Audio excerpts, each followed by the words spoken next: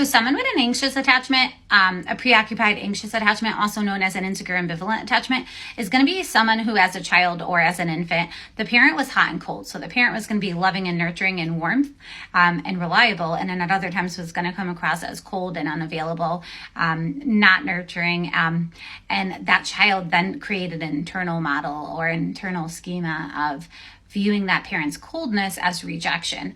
And that allowed for them to develop codependency as well as this intense fear of abandonment. So they really struggle with the strong desire and innate desire of closeness and relationships and emotional intimacy, while also being afraid of the relationship.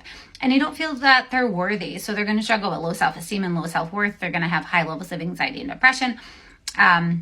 And they're going to struggle with clinginess. So they're going to come across as like clingy and needy because they need constant validation, reassurance, and approval of others. And so within relationships, they may be the one who constantly sends tons of text messages and phone calls and checks their social media.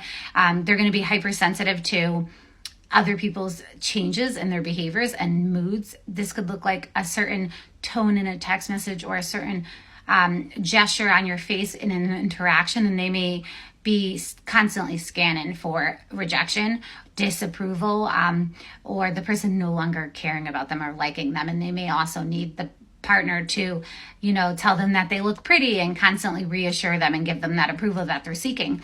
They really struggle being alone. They struggle with that independence. They don't know how to handle that. They're always chasing that love and that emotional intimacy and that safety and security and stability within that relationship.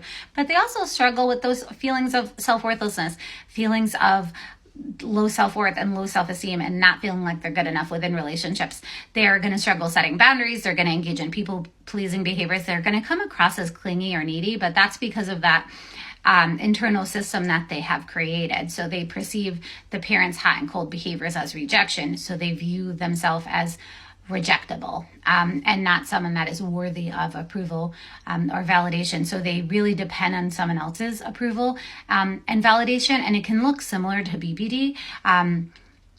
When certain behaviors are exhibited.